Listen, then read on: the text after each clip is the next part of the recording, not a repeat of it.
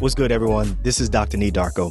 Make sure you hit the subscribe button below so that you're always up to date on the new uploads as well as alerts on this show. The other thing that you can do to help build this community is make sure you leave a comment below. Let us know what you like, what you don't like about the show, and ultimately, let us know who's winning these arguments, because I need to know that I'm beating Renee in these debates. Run the tape. We can't cover everything in this. No, right? absolutely but not. I do want to ask you about someone who has had failure. Yes. Right? And I'm not talking about I'm not talking about generic failure, but like they failed a class or they may have flunked out and maybe how does someone create a story where, should they address it first? Should they wait for someone to address it? Talk to us about that. So the first place that you should be addressing any type of failure that you have, because it's going to show up on your application whether you like it or not.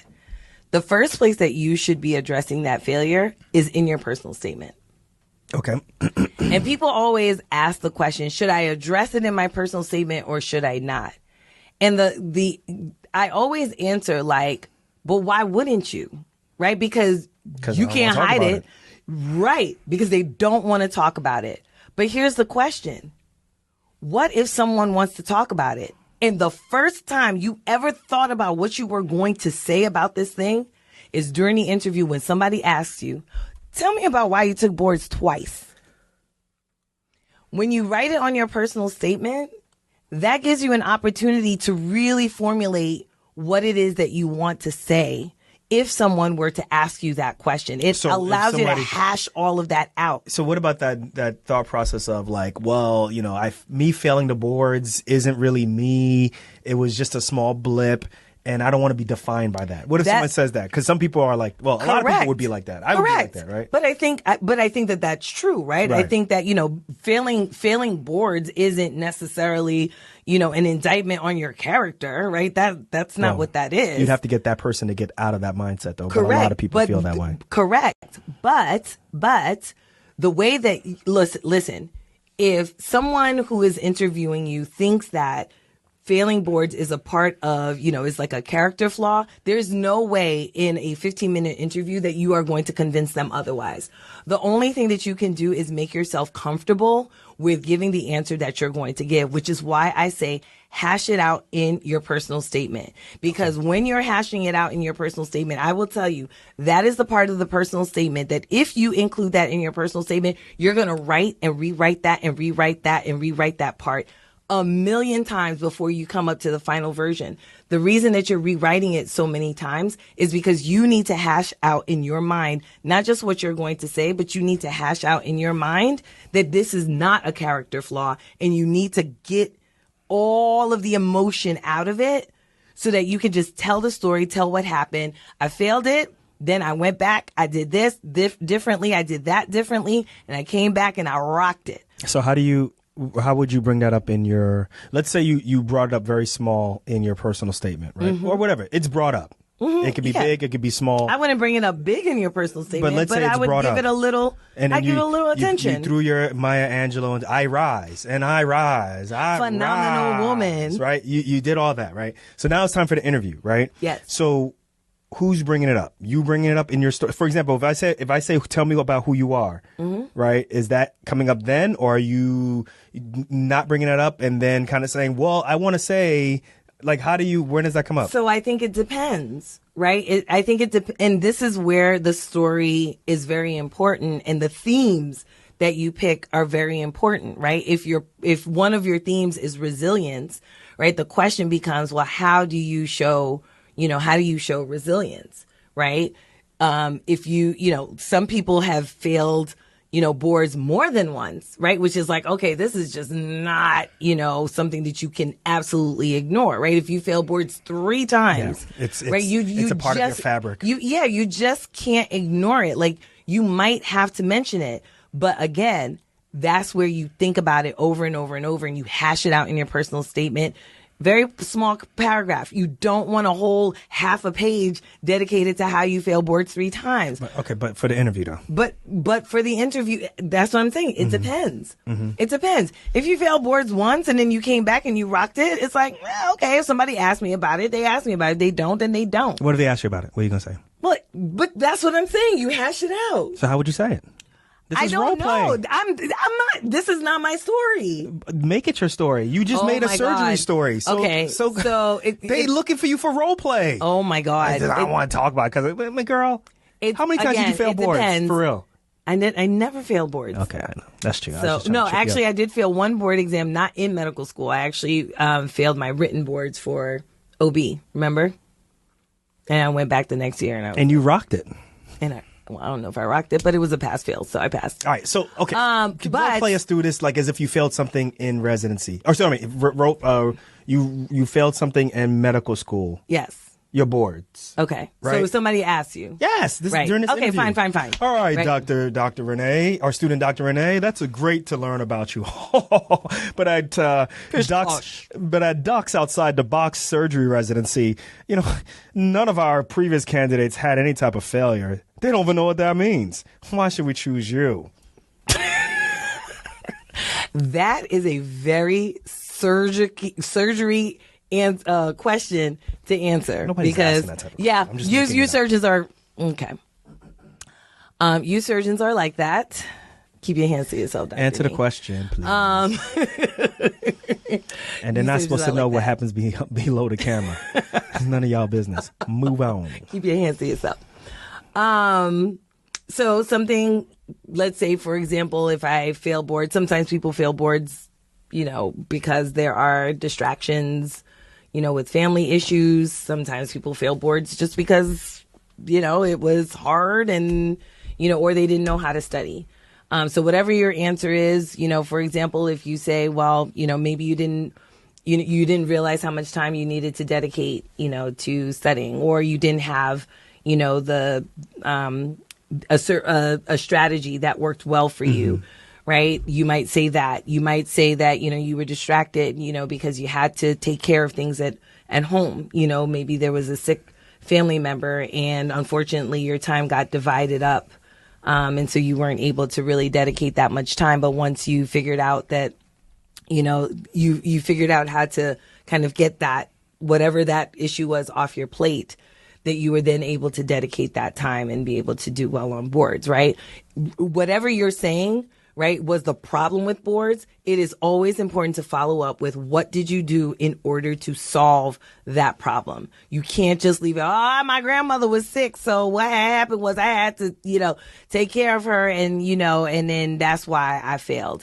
You don't want to say that, right? You want to say something to the effect that you handled the issue that was the problem, and then you came back and how you handled the process with going about passing, the board. It's almost like you have to be able to show a sense of maturity, right? Because in any situation, maturity is you see either defeat or you see adversity and then you handle it in whatever way, but you're able to look back and say, okay, this is what I've learned from this situation. Right. These are the mistakes that hopefully if I see it again, I can steer clear of. And this is how I've become a better person from it. What you don't want to do is make up from it. Right. You don't want to make excuses.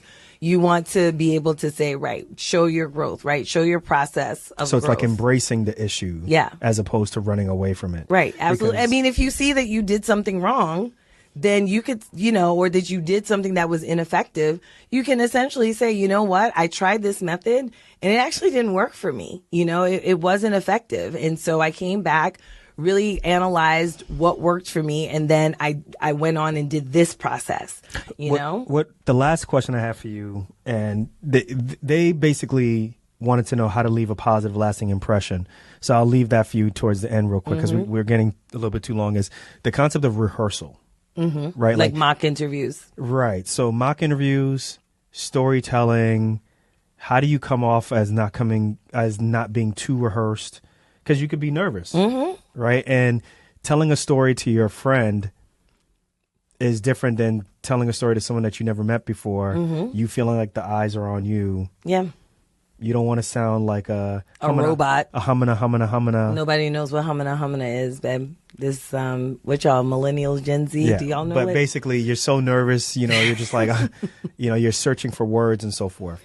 Talk to us about that process. So you can't tell your interviewer that you are nervous, right? I mean, they expect you to be nervous. So you can say that you are nervous. There's nothing wrong with saying that. The other thing is, again, stop and think. Let your interviewer know that, I want to collect my thoughts about this, right? Like the strengths and weaknesses, that question. Ooh, right? Yeah. Before we end, make sure you get into that. Address the strengths and weaknesses question, right? Sometimes people think they know exactly what they're going to say, and then you're just kind of like, you get there and you're like, I don't know what the heck to say, right? So you might want to collect your thoughts. You can write something down, really quickly, just so that, and you can say, may I collect my thoughts so I can just write down and make sure that what I say is clear and concise, right? And you can write down a quick, bullets. Don't do it more than, 30 seconds so that the interviewer Really? You can take that long? So that the interviewer isn't really, sitting there awkwardly. Mm-hmm. But one of the things you don't want to do is, I care too much. Like, really? You take something that is obviously a strength and try to turn it into a weakness. I care too much. I give too much. It's like, all right, say that you overextend yourself, right? Like that's giving too much or caring too much. I overextend myself. I'm not good with time management. I don't know how to prioritize the things that I'm supposed to do, right? Like that is actually caring and giving too much. Like that's the real weakness. But you saying that you care and you give too much, that ain't no weakness. Like, come on. So what are some good weaknesses? Like, be honest. Like, what are the weaknesses? It depends on what your actual weaknesses are, right? Like, if you have real weaknesses that you are working on. Do you just say, like, yo, I'm not assertive enough. I let people walk all over me. Yeah, you could say that. I mean, that might be something. Because that's a problem that a lot of people have. Absolutely. That might be something, right? That, hey, I let people walk all over me. I'm not assertive. Are you saying it like that, though, or? Listen, one thing that I've learned is you have to have some level of comfort in your interviews, right? You might say, honestly, or you might say, I've been told that, and I see that in myself, right? That I'm not assertive enough. And I do, kind of let people just kind of, get away with things that they probably should not get away with, right? And but that's hopefully something in this surgery program, they can build me up. Yeah, right. And hold me up. They're gonna Will you mold me, surgery program? Will you hold? Fresh meats. So yeah, right? Like, that's important. Surgery programs want to know kind of, well, again, why you? Why do you think that you're going to be a good candidate for this program? Right? Like, that's what they want to know. And so that's what you have to put out there. You're constantly advocating for yourself. So mock interviews, how often do you think you should be doing them? So for mock interviews, you ask the question of, doing a mock interview with somebody that you know versus somebody that you don't. Try to do mock interviews with somebody that you don't know. Right? So I get students who, might ask me, can you do a mock interview with me? I don't really do residency mock interviews. I will do more medical student mock interviews. That's what I'm more comfortable with. But for example, I had a student the other day that I, offered her to do a mock interview with one of my mentors, right? Because she doesn't know my mentor. I've had medical students in the past do interviews with Dr. Ayers, one of my mentors, and Dr. Brugge, the other mentor. So people that they don't know.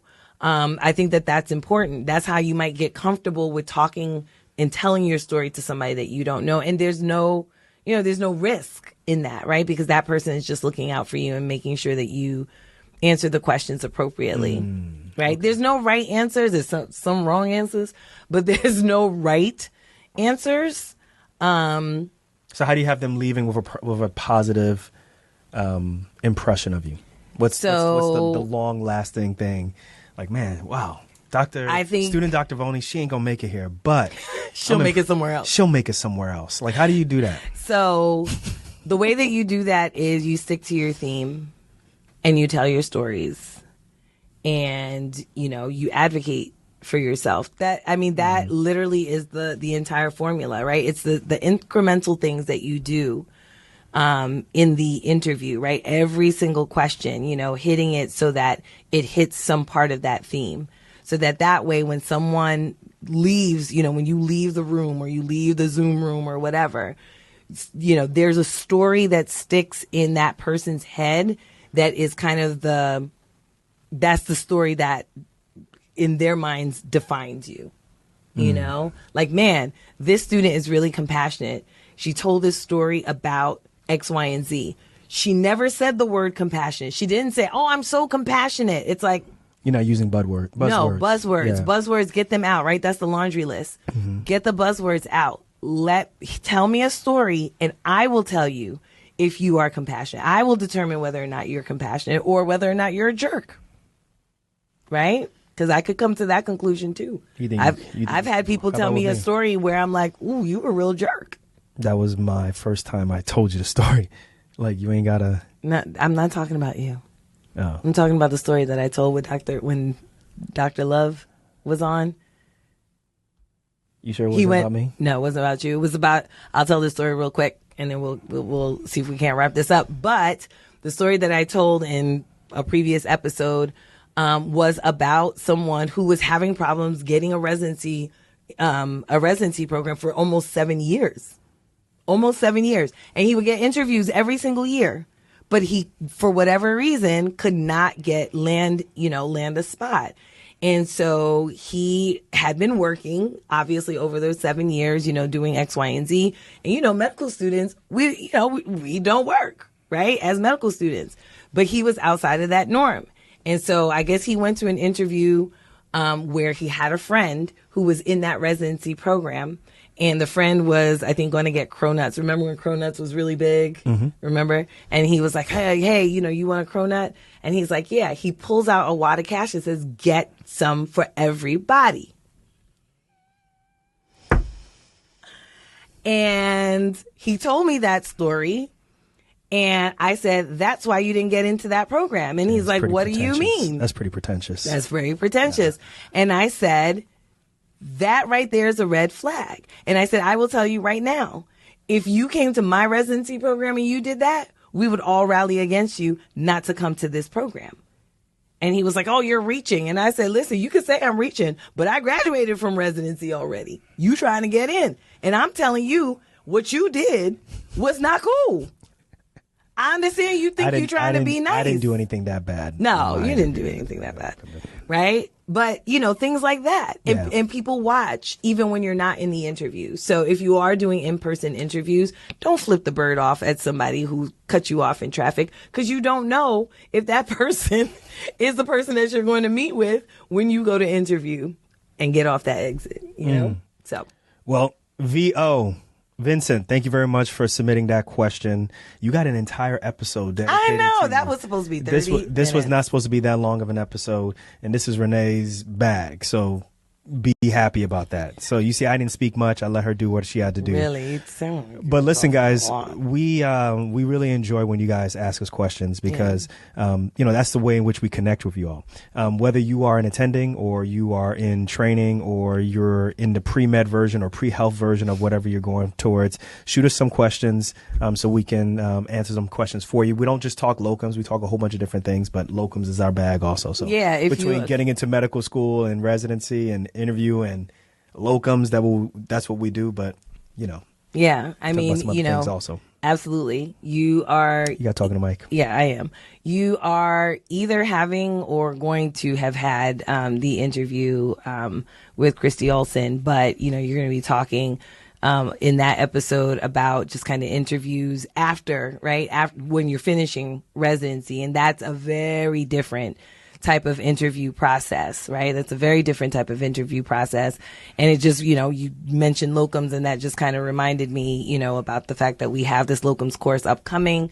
And so if you're interested in doing locums, certainly go to the link below and, sign up for, our little freebie that will allow you to get notifications when we are coming up with our locums course, so that we can let you know, hey, if you're ready to do locums like, me and Dr. Nee, and you ready to, take freedom into your hands, we're going to have something for you. So locums helped our marriage. It did? Yeah. Okay. That's another episode, because I would like to learn more about that. Locums is the key to everything, guys. All right, y'all. We're going to catch you guys on the next episode of Docs Outside the Box. Yo, VO, thank you for submitting that question. We'll catch you guys on the next one, y'all. Peace.